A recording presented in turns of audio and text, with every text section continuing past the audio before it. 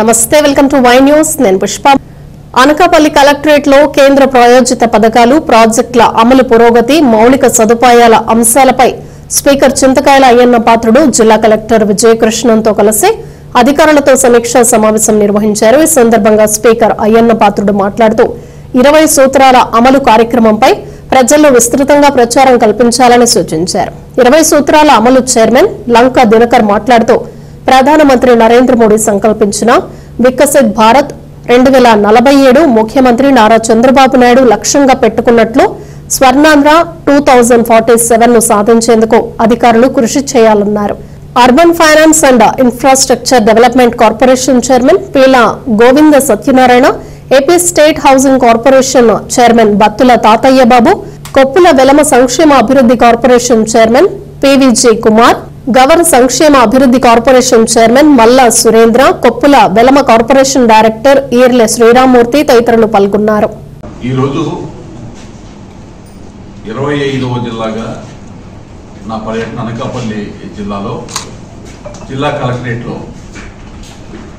జిల్లా కలెక్టర్ విజయకృష్ణన్ గారి యొక్క సమన్వయంతో పెద్దలు శాసనసభ స్పీకర్ అయ్యన్న పాత్రుడు గారి యొక్క సమక్షంలో, అలాగే మా మిత్రుడు అదేవిధంగా అర్బన్ ఫైనాన్స్ కార్పొరేషన్ చైర్మన్ పీల గోవింద్ సత్యనారాయణ గారు, అలాగే హౌసింగ్ కార్పొరేషన్ చైర్మన్ బత్తుల తాతయ్య బాబు గారు, అలాగే వెలమ కార్పొరేషన్ చైర్మన్ పీవీజీ కుమార్ గారు, అలాగే గౌరవ కార్పొరేషన్ చైర్మన్ మల్లా సురేంద్ర గారు, అలాగే వెలమ కార్పొరేషన్ డైరెక్టర్గా ఉన్న ఈర్లె శ్రీరామూర్తి గారు, వీరందరితో పాటు కలిసి ఈ యొక్క సమీక్ష సమావేశాన్ని కేంద్ర ప్రాయోజిత పథకాలు ప్రాజెక్టులు రాష్ట్ర ప్రభుత్వ పథకాలు ప్రాజెక్టుల మీద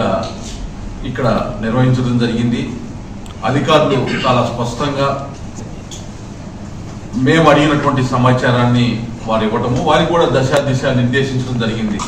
ప్రధానమంత్రి నరేంద్ర మోడీ గారు కోరుకున్నటువంటి విధంగా వారి సంకల్పం మేరకు వికసిత భారత్గా భారతదేశాన్ని రూపొందించడానికి ముఖ్యమంత్రి చంద్రబాబు నాయుడు గారు దేశంలోనే రాష్ట్రాన్ని అగ్రగామి రాష్ట్రంగా 15% వృద్ధితోటి స్వర్ణాంధ్ర సాధనకు ఏదైతే కృషి చేస్తా ఉన్నారో వారి యొక్క ఆకాంక్షలకి ధ్యేయానికి అనుగుణంగా ఇక్కడ ఉన్నటువంటి అధికారులు రథసాధులుగా అనకాపల్లి జిల్లా నుంచి వికసిత అనకాపల్లి జిల్లాగా ఈ యొక్క జిల్లాని అభివృద్ధి చెందే విధంగా పనిచేయాలనేటటువంటి దాన్ని వారందరూ కూడా సూచించడం జరిగింది।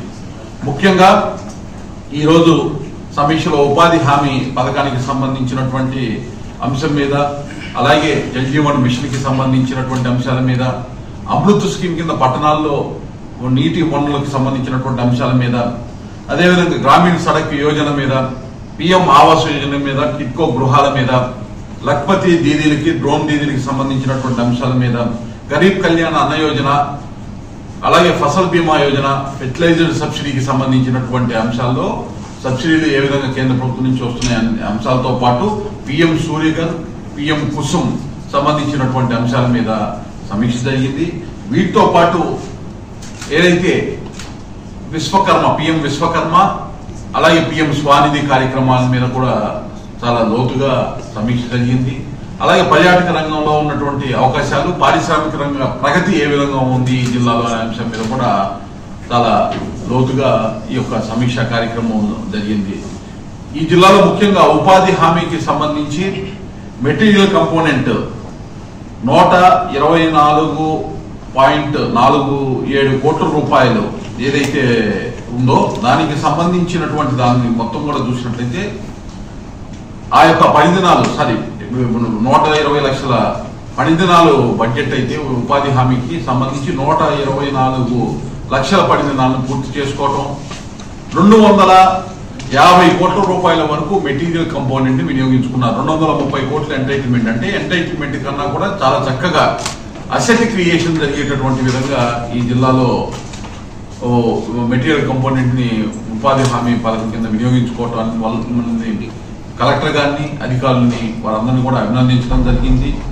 అదేవిధంగా 281 రూపాయి సగటు వేతనాలు వస్తూ ఉన్నాయి. దాన్ని పెంచే కార్యక్రమం ఏ విధంగా పెంచాలి, 307 రూపాయల వరకు దాన్ని తీసుకెళ్లేటటువంటి అవకాశం ఉంది. కాబట్టి దాన్ని కృషి చేయాలని చెప్పడం జరిగింది.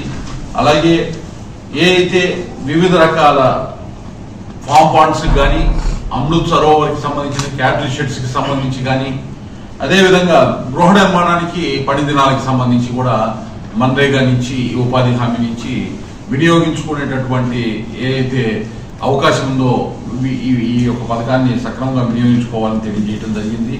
అలాగే జల్ జీవన్ మిషన్కి సంబంధించి ఏదైతే 893 కోట్ల రూపాయలతో 2019-24లో ప్రారంభించినటువంటి పనులు సరిగా సాగనటువంటి పరిస్థితి. ఏదైతే మొత్తం కూడా ఇక్కడ 4,17,000 గృహాలకి 2,64,000 గృహాలకి నీటి కుళాయి సౌకర్యం ఇచ్చామని అధికారులు చెప్పినప్పుడు దాన్ని యాక్సెప్టెన్స్ కి తీసుకోలేదు. ఎందుకంటే దీర్ఘకాలిక నీటి వనరుల లభ్యత ఆధారంగానే మాత్రమే ఈ యొక్క పనులు పూర్తయినట్టుగా భావించాల్సి ఉంటుంది. ఏదైతే ఇప్పుడు దాదాపు దీనికి 3 రెట్లు అదనంగా దాదాపు 2,000 కోట్ల చిల్లర పైగా ఇప్పుడు మళ్ళీ ప్రతిపాదనలు పైకి ఈ జల్ జీవన్ మిషన్ కి సంబంధించి తీసుకెళ్ళడం జరిగింది. దీర్ఘకాలిక నీటి వనరుల లభ్యత 3 ప్రాంతాల నుంచి ఇక్కడ తీసుకోవడం జరుగుతుందని అధికారులు చెప్పడం జరిగింది. కాబట్టి ఇవాళ ఈ 2,64,000 ఇళ్లలో కూడా నీరు వస్తేనే అవి పూర్తయినట్టుగా తీసుకోవాలి. తాగునీరు, సురక్షిత తాగునీరు.